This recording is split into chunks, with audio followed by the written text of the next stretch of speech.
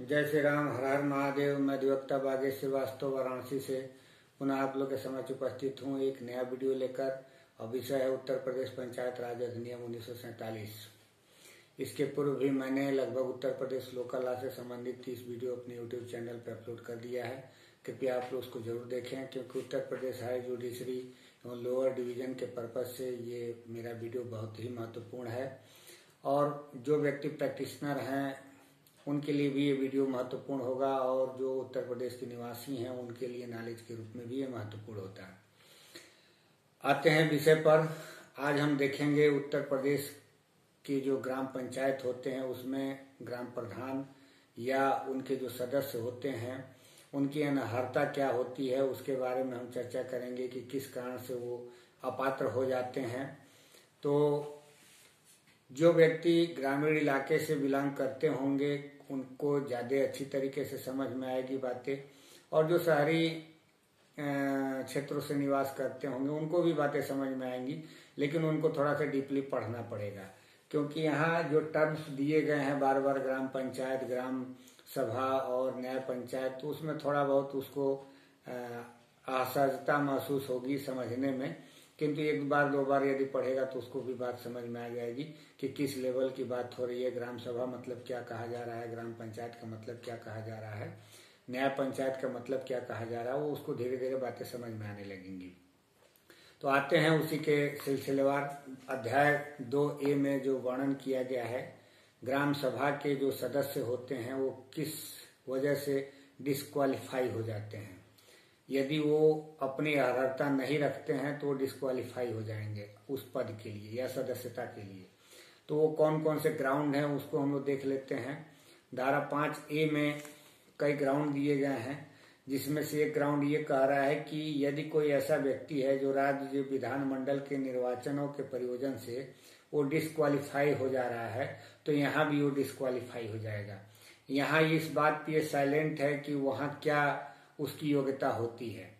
तो एक common sense की बात है, यदि कोई भारत का नागरिक हो, यदि वो 25 साल का उम्र प्राप्त कर चुका हो और वह उस निर्वाचक नामावली में उसका नाम दर्ज हो जिस एरिया में वो अपना चुनाव लड़ना चाहता है, तो उसका वो पात्र होता है। तो यहाँ पे ये जो बातें कही गई हैं कि यदि उसका वो अनर्हता रखता है तो यहाँ भी ये अनर्ह हो जाएगा। लेकिन एक प्रोविजो इसमें दिया गया है कि यदि कोई व्यक्ति 21 साल का उम्र प्राप्त कर लिया है तो इसका मतलब ये नहीं होगा कि वो अनर्ह होगा।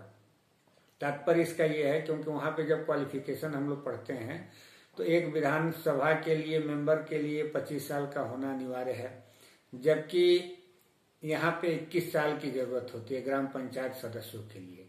तो यही ये बात कह रहा है कि भले ही वो व्यक्ति सब क्वालिफिकेशन रखता हो और वो 25 साल का नहीं हुआ है, इसका मतलब ये नहीं है कि वो अनर्ह हो जाएगा। यदि वो 21 साल पूर्ण कर लिया है तो वो अर्हता रखता है।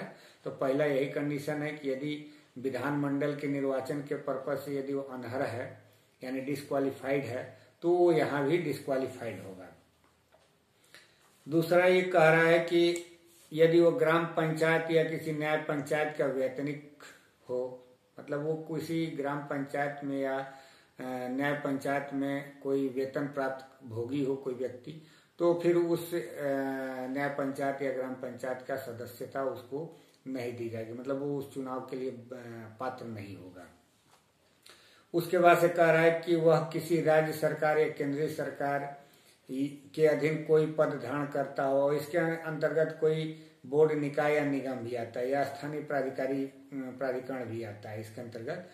तो इसमें भी यदि कोई व्यक्ति लाभ का कोई पद धारण करता है तो वो डिस्क्वालीफाइड मान लिया जाएगा। एक बात और कह रहा है कि वह किसी राज्य सरकार, केंद्रीय सरकार या किसी स्थानीय प्राधिकारी या किसी न्याय पंचायत की सेवा से दुराचरण के कारण पदच्युत कर दिया गया हो, मतलब उसको किसी ऐसे पद पे यदि है और किसी दुराचरण के वजह से उसको पदच्युत कर दिया गया है, तो फिर वो डिस्क्वालीफाइड हो जाएगा। सदस्यता उसको मतलब उस पद के लिए वो चुनाव नहीं लड़ सकता है, चाहे वो ग्राम प्रधान का हो या पंचायत सदस्य का हो। लेकिन इसके प्रोविजो में बात कही गई कि यदि वो 5 साल का समय व्यतीत कर लेता है जिस दिन उसको पदच्युत किया गया है जिस समय से, तो फिर 5 साल बाद वो पात्र हो जाएगा। अब एक बात और इसमें कह रहा है कि उस पर ऐसी अवधि के लिए जैसे नियत की जाए ग्राम पंचायत, क्षेत्र पंचायत या जिला पंचायत का कोई कर, फीस, शुल्क या कोई अन्य देय बकाया हो, या वह ग्राम पंचायत, नया पंचायत, क्षेत्र पंचायत या जिला पंचायत के अधीन कोई पद धारण करने के कारण प्राप्त उसके अभिलेख या संपत्ति को उसे देने में उसके द्वारा ऐसा किए जाने की अपेक्षा किए जाने पर भी विफल रहा हो। यहाँ दो बातें कही गई हैं, या तो उसके ऊपर कोई ऐसा बकाया हो कर के रूप में, वो चुकता नहीं किया है, या तो ये कंडीशन हो, या कोई ऐसा पद धारण किया हो और किसी एसेट को धारण किए हुए हो और उसको वापस करने के लिए जो भी टाइम प्रिस्क्राइब किए गए हों, उस टाइम प्रिस्क्राइब में वो अगर जो अपना एसेट को वापस नहीं करता है या कोई लेखा बहिया वापस नहीं करता है, तो इस कारण से भी वो डिस्क्वालिफाइड मान लिया जाएगा।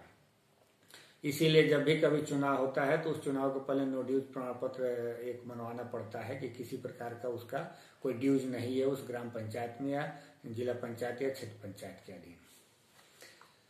अब ये कह रहा है कि उसके बाद नेक्स्ट, वह अनुमोचित दिवालिया हो।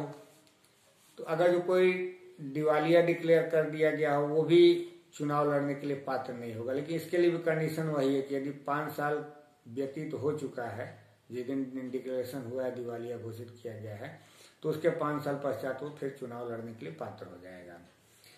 फिर वो कह रहा है कि वह नैतिक अधमता के किसी अपराध के लिए दोष सिद्ध ठहराया गया हो। अब इसमें नैतिक अधमता का मतलब होता है कि convicted of an offence involving moral turpitude.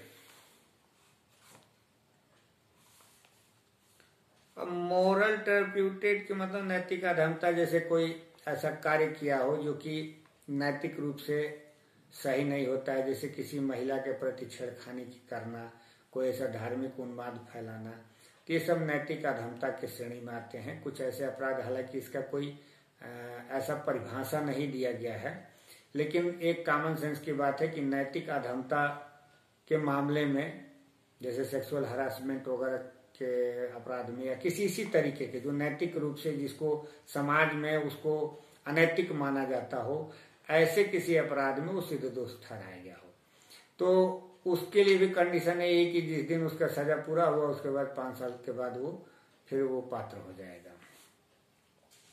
अब ये कह रहा है उसके बाद उसे आवश्यक वस्तु अधिनियम 1955 के अधीन दिए गए किसी आदेश का उल्लंघन करने के कारण 3 मास से अधिक की अवधि के कारावास का दंड दिया गया हो। तो इस तरह से भी यदि कोई व्यक्ति है सजा याफ्ता है 3 माह से अधिक का, तो वो भी इस चुनाव को लड़ने के लिए पात्र नहीं होगा। लेकिन इसमें भी वही कंडीशन है कि सजा भुगतने के 5 साल बाद उसकी पात्रता फिर से जीवित हो जाती है। फिर उसके बाद से करें कि उसे एसेंशियल एंड सप्लाईज एक्ट 1946 या UP control of supplies act 1947 के अधीन दिए गए किसी आदेश का उल्लंघन करने के कारण 6 मास से अधिक की अवधि के कारावास का या निर्वासन का दंड दिया गया हो। तो इस प्रकार के भी यदि कोई दंड उसको दिए गए हैं तब भी वो अपात्र होगा, किंतु इसमें भी वही प्रोविजो लागू होता है कि यदि वो 5 साल का समय जो दंड भुगत चुका है, भुगतने के 5 साल के बाद जो है वो फिर से पात्र हो जाएगा चुनाव लड़ने के लिए। उसके बाद फिर ये कह रहा है कि उसे संयुक्त प्रांत आबकारी अधिनियम 1910 के अधीन 3 मास से अधिक की अवधि के कारावास का दंड दिया गया हो। यहाँ भी ये दंड देने के पश्चात यदि वो जो सजा भुगतने के बाद जब 5 साल समय बीत जाता है पुनः ये भी पात्र हो जाता है। फिर उसके बाद कह रहे कि उसे स्वापक औषधि और मनः प्रभावी अधिनियम 1985 के अधीन किसी अपराध के लिए दोषी ठहराया गया हो। यदि कोई एनडीपीएस एक्ट के तहत यदि किसी व्यक्ति को दोषी ठहराया गया है, चाहे वो किसी भी लेवल का हो, तो भी वो अपात्र होगा। अब इसमें भी वही कंडीशन है कि जब सजा उसको व्यतीत हो जाते हैं, जो सजा है उसको काट लेने के पश्चात वो वापस आता है, तो 5 साल बाद वो फिर पात्र हो जाता है। फिर पुनः कह रहा है कि उसे निर्वाचन संबंधी किसी अपराध के लिए दोषी ठहराया गया हो। अब ऐसा कोई निर्वाचन संबंधी किसी अपराध के लिए दोषी ठहराना मतलब जैसे रिश्वत लेते वक्त पकड़ा गया हो, देते वक्त पकड़ा गया हो, या कोई ऐसा बूथ कैप्चरिंग किया हो, कोई भी निर्वाचन से संबंधित कोई ऐसा अपराध किया हो और उसको सिद्ध दोष ठहराया गया हो, तो वह व्यक्ति भी चुनाव लड़ने के लिए अपात्र हो गया। यानी कि ग्राम प्रधान का सदस्य या ग्राम प्रधान के लिए या ग्राम पंचायत के सदस्य के लिए अपात्र होगा। यहाँ भी वही कंडीशन है कि जो सिद्धि हो रही है उसके 5 साल बाद वो फिर से पात्र हो जाएगा। पुनः उसे संयुक्त प्रांत सामाजिक नियोक्ताओं का निराकरण अधिनियम 1947 या सिविल अधिकार संरक्षण अधिनियम 1955 के अधीन दोषसिद्ध ठहराया गया हो। यदि इस अधिनियम के तहत भी उसको दोषित ठहराया गया तो भी वो अपात्र होगा।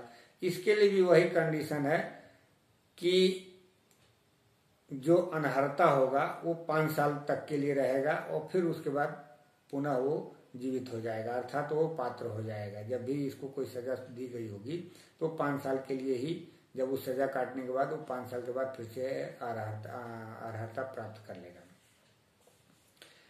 अब एक आखिरी इसका बात ये कह रहा है कि उसे धारा 95 के उपधारा 1 के खंड 6 के खंड 3 या 4 के अधीन पद से हटा दिया गया हो, जब तक कि ऐसी अवधि जैसी कि उक्त धारा में इस निमित्त व्यवस्था की गई हो या ऐसी न्यूनतम अवधि जैसी कि राज्य सरकार ने किसी विशेष मामले में आदेश दिया और व्यतीत न हो गई हो।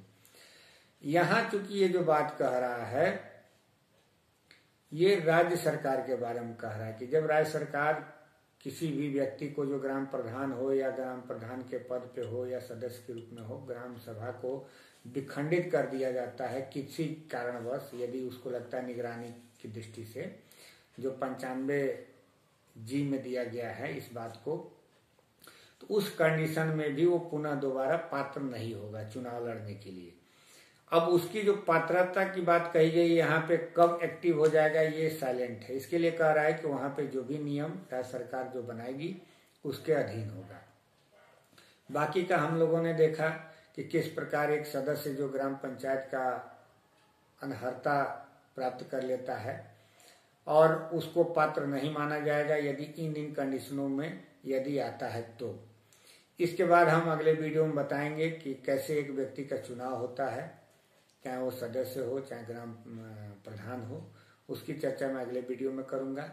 इसमें आप लोग को बात समझ में आ गई होगी कि एक योग्यता रखने के लिए जो ग्राम प्रधान हो या ग्राम पंचायत का सदस्य हो उसके लिए क्या क्या योग्यता होनी चाहिए। तो योग्यता के बारे में नहीं बता रहे, डिस्क्वालिफिकेशन के बारे में बता रहा है कि कोई व्यक्ति कब अपात्र हो जाएगा, इन कंडीशनों में अपात्र हो जाएगा। तो इसको हम लोगों ने देखा धारा 5A में। मुझे इजाजत दीजिए, अगले वीडियो में मैं पुनः उपस्थित रहूंगा। तब तक के लिए